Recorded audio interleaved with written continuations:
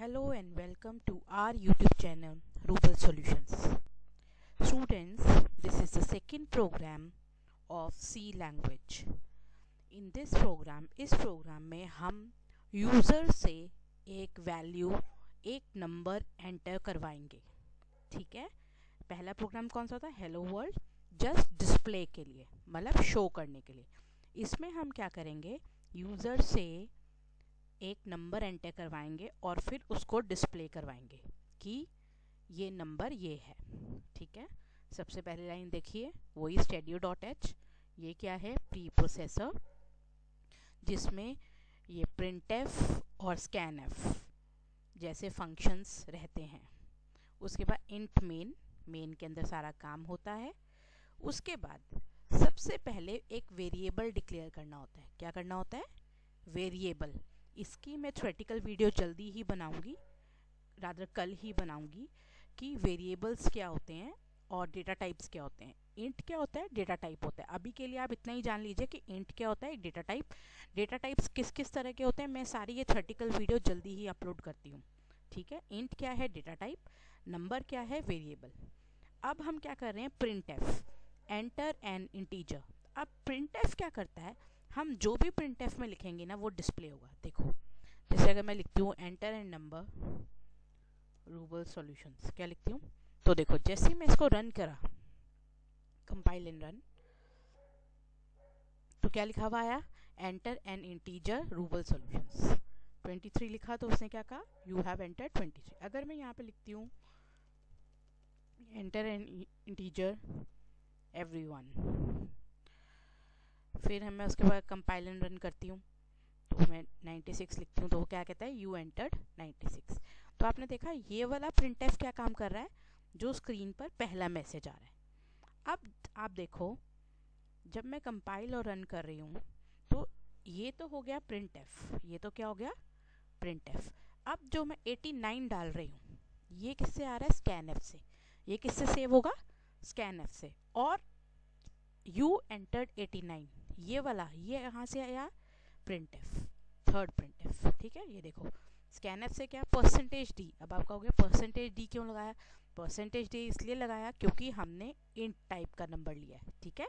और ये मैं आपको थ्योरेटिकल में बताती हूँ. ये क्या है? जैसे अगर इंट डेटा टाइप है तो हम स्कैनएफ के अंदर क्या लेंगे? Percentage D.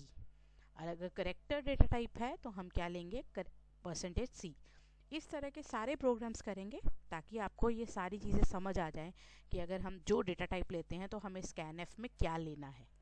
और एंड नंबर का मतलब है कि हमने इस नंबर का एड्रेस लिया है. क्योंकि देखो, अगर कोई चीज़ सेव होगी तो वो किसी ना किसी एड्रेस पे ही होगी ना. वो ऐसे तो हो नहीं जाएगी. मतलब कोई ना कोई एड्रेस तो होगा ही ना नंबर का.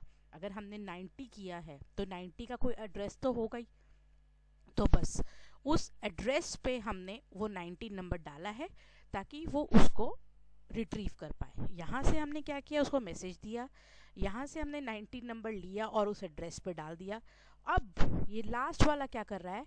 उस एड्रेस से परसेंटेज डी से लेके नंबर में डाल रहा है. क्या कर रहा है? नंबर के फॉर्मेट में डाल रहा है. ठीक है.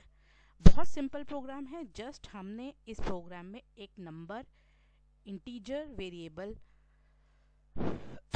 डिक्लेयर किया है और आउटपुट के फॉर्म में दिखाया है. ठीक है. और printf function displays enter an integer on the screen, then scanf function, finally the value stored in the variable is displayed on the screen using printf. ठीक है. I hope this program is also clear. This is a second program. Just make notes, students. I am sure side by side, as you go through the videos, you will be able to learn C for sure. I guarantee you. Just take a notebook and write C programming and watch one by one videos and make notes. It will really help you. And for programs, make a bookmark and then do the programs. This is program number 2, which is an integer variable number is declared. ठीक है. और कुछ भी पूछना हो तो of course comment box तो है ही है. और कुछ गलत लगे तब भी आप मुझे बता सकते हो, क्योंकि अपने आप को ठीक करने में मुझे कोई प्रॉब्लम नहीं है। प्लीज़ जो भी कमेंट हो, पॉजिटिव नेगेटिव या जो भी आप मुझे सजेशन देना चाहें, आप ज़रूर ज़रूर ज़रूर कमेंट बॉक्स में लिखिए और अपने फ्रेंड्स के साथ शेयर कीजिए, क्योंकि ये वीडियोस बहुत वैल्यूएबल हैं और आप आसानी से सी लैंग्वेज कर सकते हैं। मैं कोशिश करूँगी कि मैं सब प्रोग्राम्स, पूरा कंप्लीट सी का पूरा पैकेज इस चैनल के थ्रू, इन वीडियोस के थ्रू लेकर आऊँ। ठीक है, thank you so much for all the support. It was an awesome response for program number 1 and all the C programming videos. This is, I think, sixth video, and all 5 videos having so much good response. Thank you so much, because your response will help me to move further, and it also gives me motivation that yes, Rubal, you have to make it. Now you know na that please put the ये जो part है, ये जो red से लेकर red तक ये programme है, और ये ऊपर क्या है, प्री प्रोसेसर, और ये मेन से सब चीज़ें शुरू होती हैं। ठीक है, और एग्जीक्यूट करने के लिए ये देखो एग्जीक्यूट बटन है, यहाँ पर पहले कंपाइल कर सकते हो, फिर रन कर सकते हो, या फिर सीधा कंपाइल एंड रन कर सकते हो। मैं एक चीज़ और बताती हूँ, जैसे सपोज करो मैं कोई एरर डालती हूँ, सपोज करो printf को मैंने गलत कर दिया, ठीक है, तो जब मैं उसको कंपाइल करूँगी तो देखो वो एरर देगा। नीचे देखो उसने कहा कि इंट मेन फंक्शन में एरर है, print was not declare in this scope, मतलब प्रिंट नाम का हमारे पास कुछ नहीं है। तो मैंने प्रिंट एफ डाल दिया, फिर से मैं अब उसको कंपाइल करती हूँ तो देखो वो क्या कह रहा है कि ये जो सेमी कॉलन है उसके पास कुछ खराबी है। क्यों खराबी है? क्योंकि ये हमने ब्रैकेट्स नहीं डाले। क्या नहीं डाले? ब्रैकेट्स। तो ब्रैकेट्स डालने बहुत ज़रूरी हैं।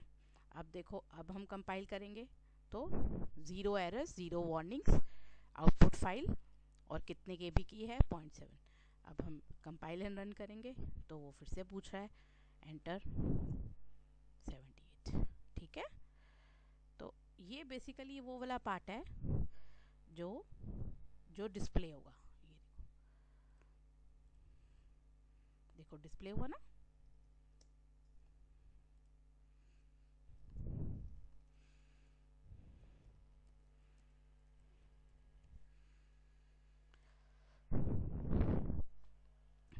Thank you so much for all the support.